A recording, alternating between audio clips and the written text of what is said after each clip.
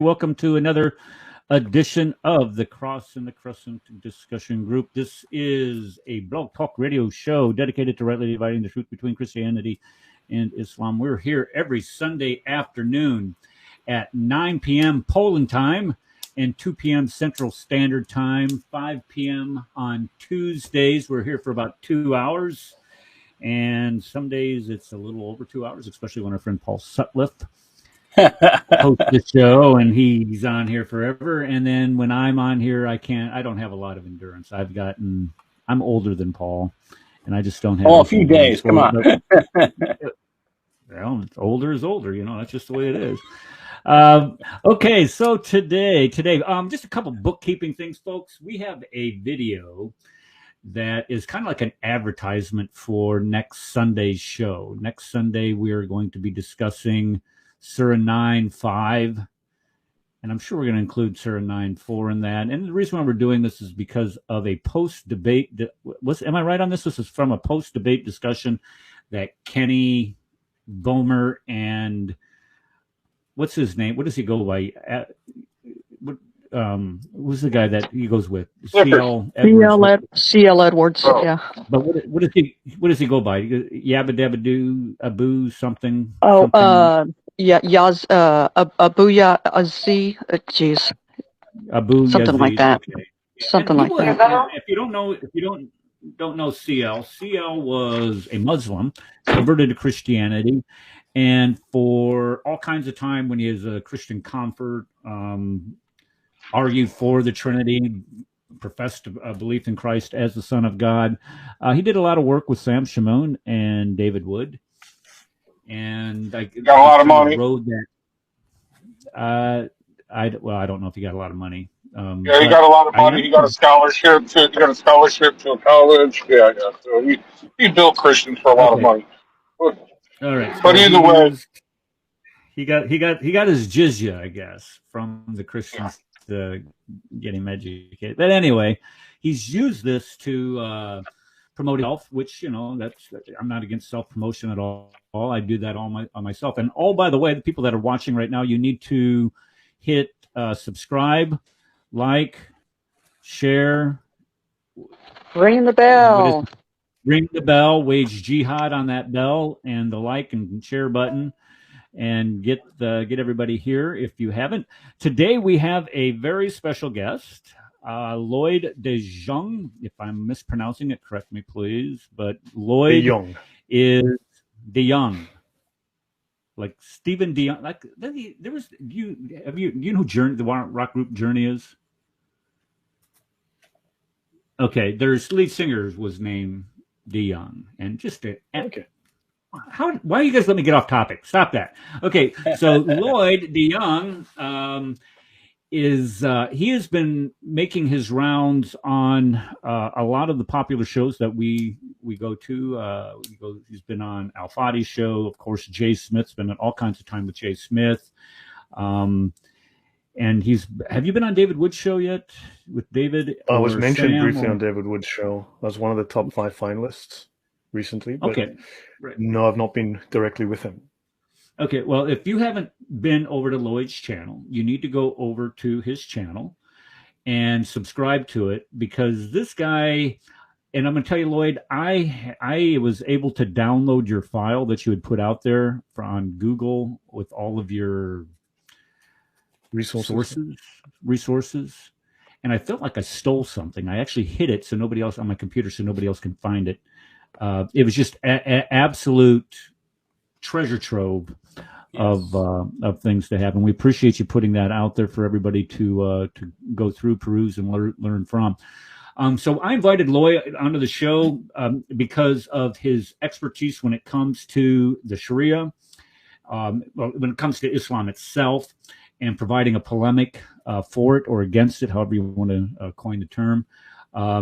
And he's got some really, really great information, but not only the information, but the depth that he's able to go into is just absolutely phenomenal. So we are looking forward to what Lloyd is going to be talking about today. We're going to start off with the Sharia, if I'm not mistaken on that.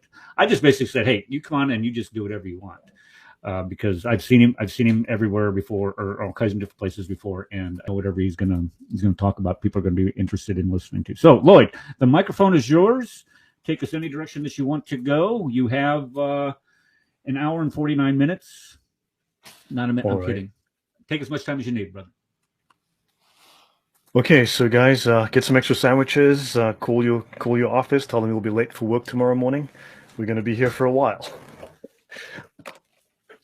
Right. So welcome everyone, and thank you for having me here, everyone. Thank you, Eric and Paul. Good to see you again, and everyone else on the channel. I do encourage questions, so if you have them, please do ask, and I'll do my best to answer. I will also provide a link, which hopefully you'll add in the description and pin as a comment, so that everyone can download the sources that I will be showing, so that everyone can check them for themselves to verify what I'm saying. And yeah, so my name is Lloyd De Jongh. I'm South African, because I keep getting asked. I live in Poland, in Warsaw, Poland, and I lived in the Middle East for 11 years. I worked in national defense. So I worked with governments, with the law enforcement, military, and industry. I designed long-range, wide-area, very sophisticated military-grade security systems running into the millions of dollars to defend against intrusion, to defend against sabotage and malicious acts by military actors, by also groups like ISIS. Often when things happen, I went to hot zones. I had to design systems to protect troops, to protect material, and critical national infrastructure. Everything from well, there's a lot of interesting hardware out in the Middle East that you wouldn't think should be there. So let's just say everything from F-22s to to special forces camps and so on. I traveled extensively across the Middle East, and I saw a lot of the dysfunction that Islam brings. My eye-opener was in the Lebanon, to see how the Lebanon, which had been a Christian country, the only Christian country in the Middle East, had been basically overrun by Islam, and how this had changed the culture, brought war, brought political dysfunction, and yeah, the Bekaa Valley. I mean, that just opened my eyes, and I realized this is the future of Europe. This is the future of America. This is the future of the free world if this is not dealt with. And yeah, I come at this not from necessarily I'm Christian, but I don't come at this necessarily from a religious point of view. Let's say, obviously, if you're dealing with theology, you have to talk about religion. But I come at this from a security/military perspective. No, I was never in the military. I worked alongside the military. So yeah, I've been to all these places. I have seen all the things. I know the people. I know the culture very well, and I discuss Sharia. I don't spend time on the Quran. I don't spend time on the Hadith. And I'll be very blunt and upfront. Those are pretty much irrelevant. Yes. Those are raw materials. So if you want to talk about wedding cakes, you don't spend 99.8% of your time talking about, well, this is flour. Flour is white and powdery. Let's spend the whole day talking about flour. No, that's raw material. Then you have flour, you have sugar, and you combine those with a recipe, and out comes a wedding cake. The wedding cake is not the Quran. The Quran is the flour. The Hadith is maybe your eggs. And then you have a recipe, and then you have this final product. And the Sharia is the final product, the final implementation, the final interpretation and application of everything within the Quran and Hadith. I'll one more thing, and then I'll pause and hand over to you guys. See, the Quran is abrogated. So newer verses abrogate older verses. The Hadith are also abrogated. Newer Hadiths abrogate older Hadiths. What few people know is that newer Hadiths abrogate older Quran verses, and newer Quran verses abrogate older Hadiths. This leads to massive confusion. So the only way to sort out this confusion and the multiplicity of opinions was for the founders of these four schools of jurisprudence to develop the Sharia, which is the final understanding of what is relevant, what is applicable, what is still left after all of this abrogation, and the Sharia can never be abrogated. I'll pause there and let you guys ask questions. Okay, so when you say the Sharia cannot be abrogated, let me get this straight. I'm being kind of a smart aleck here. You can abrogate the Quran, the eternal word of God, but you cannot abrogate the Sharia that is supposed to be complementary to it. Is that right? So the Sharia is the final understanding without the confusion. So what is not in the Sharia is effectively obsolete. What is in the Sharia, when it references the Quran and the Hadith, those are what is still relevant to Islam, to the understanding of Islam. So if you cannot abrogate Sharia, does that mean a quote newer concept of Islam is unacceptable? Correct. Because, see, the Sharia incorporates what is known as the consensus, which they call the ijma. Now, this consensus, you see, the ijma the Sharia took about 800 or 900 years to develop. It did not happen overnight. And the major development happened sort of between the 8th and 10th, 11th centuries. And then there was some further development, refinement up until the 15th, 16th centuries. So there was a lot of confusion over what all this meant. There were actual wars, there were killings, there was a huge confusion. And they had to say, look, this is the final meaning. This is what Allah wanted. When we take all of these sources from the tafsir, the Quran, the hadith, and everything else, the sirah, mash it all together, what comes out as final? And this is the ijma. I hope, does that answer your question? That's excellent. Yeah. Okay, I didn't know. I was going to give people a chance to ask a question, but if Sure. nobody has asked the question, but I did want to touch back on the Sharia. So when you have within the Sharia itself, when you have a let's say, I don't know, a law against leaving Islam, apostasy, and people today say that, okay, we live in all kinds of Islamic countries today. People live or leave Islam every single day, and we're not killing them. How do they get around that if it's not abrogated? So Islam has numerous doctrines. Now, let's say you have a verse in the Quran. The verse says, if he leaves his religion, kill him. That's a single verse. That's 5 words, 10 words. How do you apply that to a multiplicity, to all sorts of potential scenarios and situations that can develop? Well, they've got to go through all of the hadith sources. They've got to go through the sirah. They've got to go through the tafsirs. Everyone has an opinion. All of this eventually leads to a final set of, so this leads to doctrine. This doctrine then leads to law, right? So now you have these laws. And so let me share my screen, and then I will answer your question as we go through this. Then I will screen 2. Okay, everyone should be able to see my screen here. So, for instance, Sharia law is far more detailed than the Quran. So you might have one Quran verse that says X, right? However, take, for example, someone mentioned something about Islam, but okay, lying, for instance. I just happen to be on this page. So the topic of lying in Islam. Christ says that he is the way, the truth, and the life. God is Logos. Logos is the truth. It is the spoken truth. It is the truth through example, by doing and by speaking. Notice Islam, within the reliance of the traveler, this is the world's most popular, the world's most well-known Islamic law manual. This is written for lay people, but it is used by imams all over the world.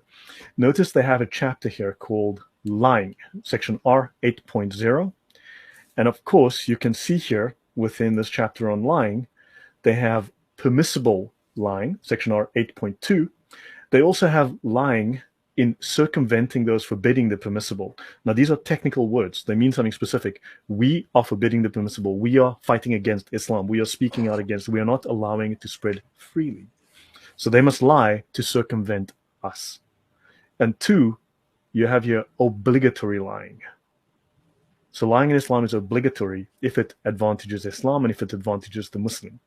Then, of course, they have here an alternative to lying, as they say, giving a misleading impression, which is to deceive. This is legal within Islam. It is obligatory. So lying is a legal duty within Islam. Now, we could go into an example. So what I'm going to do, I'm going to go to the law on ridda, apostasy from Islam. So they cover this within this particular book. Now, each school of jurisprudence will have its own set of books. However, one scholar or one set of books will become the predominant opinion, will become the major opinion, and everyone goes from all the schools will go just to that guy, that book, that opinion. Apostasy from Islam, ridda, whoever voluntarily leaves Islam is killed. Section 8.1. There is no indemnity or expiation for killing this person. Right? So let's go have a look and see what they say about that. So that's section 8.1. So let's continue.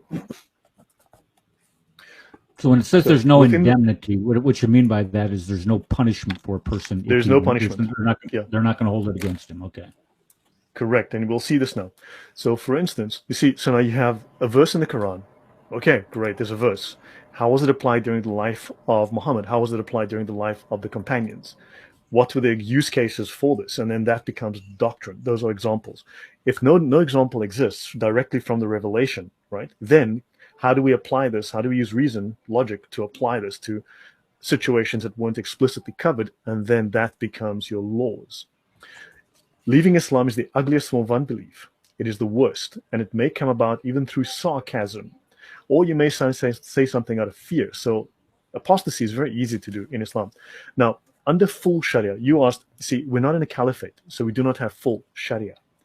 So Islam has various rules that allow them to temporarily withhold full implementation of Sharia. But also you have what they call, there are two sets of laws. They're called rukhsa and azima. I'm going to put that up on the screen for the moment, actually. And I'm just going to go here because I'll be going through various things. So you have something called rukhsa and you have something called azima. Now, rukhsa is basically, think of it as leniency, and azima, strictness. You see, so for instance, when you apply the law without any kind of mitigation, that is azima, you're being strict. Whereas at the moment, you see, you can apply leniency, rukhsa, which is literally to violate or not apply any and every rule from the Quran, the Hadith, the Sharia, etc., because there's a reason for it, for whatever reasons. We can go into detail later, but both of those, even though they are diametrically opposite in many cases, they are both following doctrine, and in both cases, the Muslim gets reward. So the Muslim on the bridge, on London Bridge, who goes and stabs people in the eye and kills them, he is acting out of strictness. He's following the Sharia strictly. That's azima. The Muslims who don't do that, they are acting out of rukhsa, and they also get reward because they are still following doctrine correctly. Now, just to finish with apostasy, when a person who has reached puberty and is sane voluntarily apostatizes from Islam, he deserves to be killed. I think that's pretty explicit. They do say, ask him to return to Islam, and if he does, it is accepted from him, but if he refuses, he is immediately killed. Now notice, you'll go to various schools, they'll say, wait 3 days. But notice, they say here, that's an option. You see, that is rukhsa, that is waiting 3 days is rukhsa, that is leniency, that is allowing this range of behaviors. Azima is kill him right now. Wait 3 seconds, you don't like it, kill him right there. So that's the difference between rukhsa and azima, leniency and strictness. And there are other rules as well that also mitigate against acting this out. But if we have a caliphate, look at ISIS, look at the Taliban, they implement these things strictly. So does that answer your question, Eric? Yeah, it does, and I appreciate that. So what you're basically saying is that it all depends on where on this planet you're standing. So if you're standing in London, they're just not going to run through the streets yelling Allah Akbar and stabbing all the apostates. But however, if you were to go through, not yet, very give it a few years, right? Yeah, give it some time, right?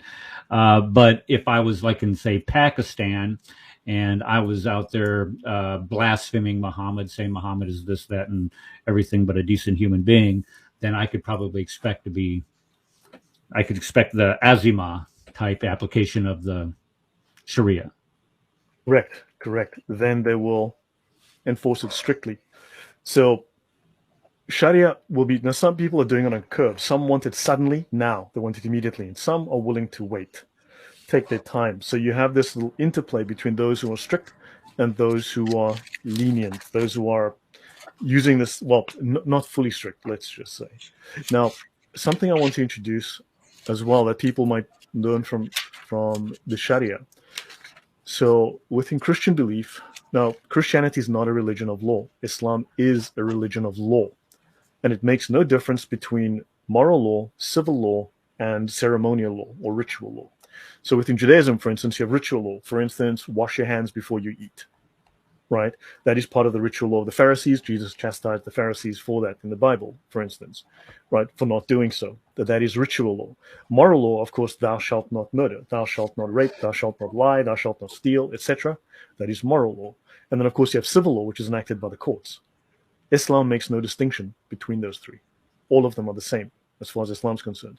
Now, there's the Great Commission within Christianity where you have to go forth into the world and spread the gospel. Am I correct in stating that's the Great Commission? Yes, Matthew 28.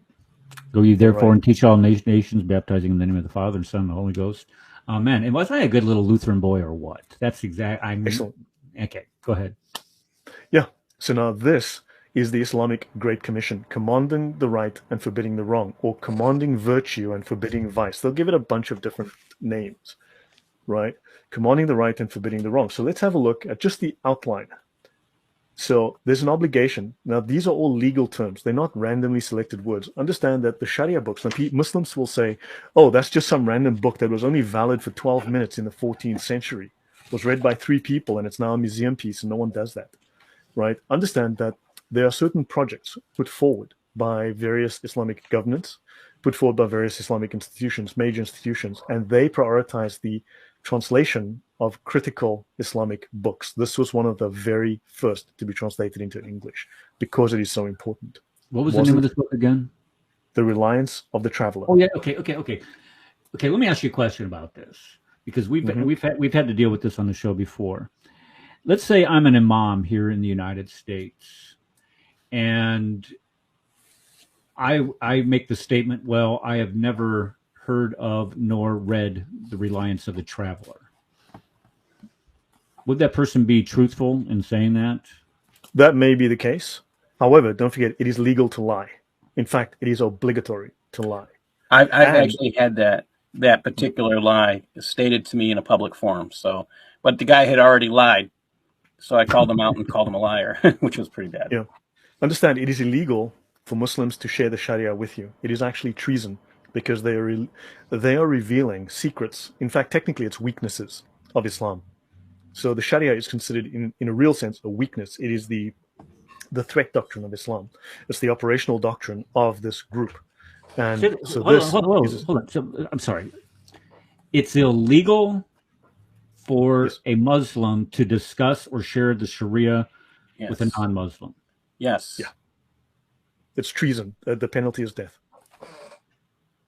Because it reveals their secrets. Yes. It's a secret. Yeah. Yes. Sharia is a secret. Yes. That's in the beginning of Reliance the Traveler, isn't it?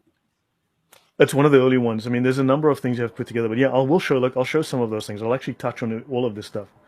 So let me show you. Know that. Yeah. No, sure. That's why no one talks about it. You're not allowed to talk about it. Very quickly. Yes. Very quickly, George here. Yes, I find that they tend not to want to share it.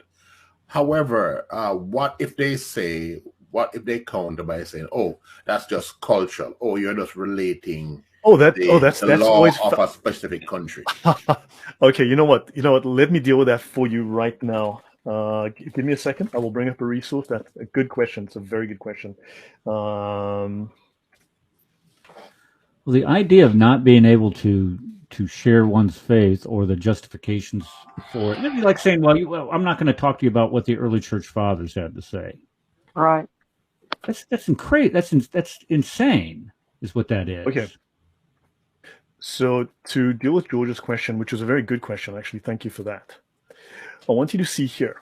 This is Wikipedia. Now, understand, people are going to go, oh no, he's using Wikipedia. When Wikipedia is correct, it is correct. Yes, Wikipedia has some serious problems, but in this case, this can be corroborated with a number of sources, but it's just the easiest one for me to get to right now. So these are the maxims. These are certain important maxims of Islamic law, which are normative across the schools of fiqh, okay, or the schools of jurisprudence. Notice it says here, cultural usage has the weight of law. So Muslims will say that is not Islam, that is culture. The problem is, in the Sharia, if it's cultural, it's Islamic. If a practice is cultural, it is Islamic. So honor killing, female genital mutilation, well, was that a practice in the culture when Islam got there? Well, if it doesn't violate the Sharia, knock yourself out. It now becomes part of the law. Child marriages would be considered cultural. We'll discuss that too. We'll go into some nasty depth on that, yes. Yes. But cultural usage. Now, they mention other sources. You can find any number of sources discussing these from Islamic societies, Islamic authors, Islamic sheikhs, highly trained Islamic scholars. Because Muslims always say, have you consulted a scholar? Oh, yes, I have. And I know the trolls in the YouTube comments are not scholars. Sorry, guys. I'm sorry to disappoint you, but you guys are not. So does that answer your question, George? Yes. I get where you're going for sure. Okay. Now, so basically the Great Commission in Islam is to command the right and to forbid the wrong. So let's have a look at how they are supposed to do this. Right? They speak of censuring. Now, censuring is not to censor, as in sense, but technically you can call it similar. It is to prevent something, to halt something from happening, right? To chastise someone, to take action. So, Eric, if you want to have a read through this list for me, the highlighted bits, please, to see how Muslims must apply their Great Commission.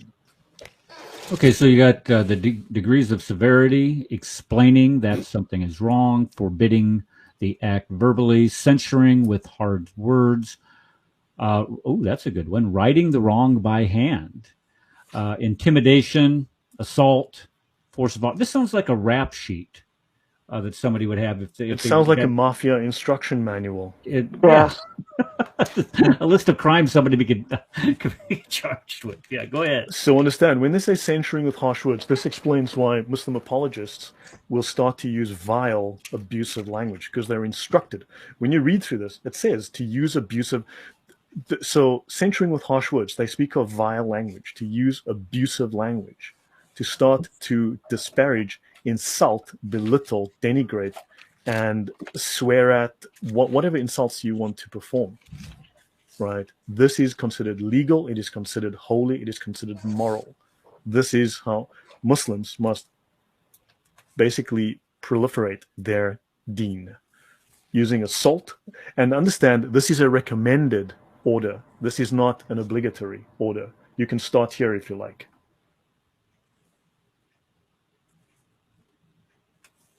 So there are rules. Okay. So if you can get away with it, do it. If you can't, well then, start easy. Any comments, Eric? Anyone else? Hold on. We got our favorite. Where's this guy from? Philippines? He's the Filipino dancer. Oh my God. The not ready to cognitively debate. All right. Okay. Just hit Control Shift I for ignore whatever he has to say. That's fine. All right. I'll just never mind. Yeah, you're running away. No, I've invited him numerous times. However, look, he's known for being very abusive on channels. Understand? In fact, he follows this using harsh words.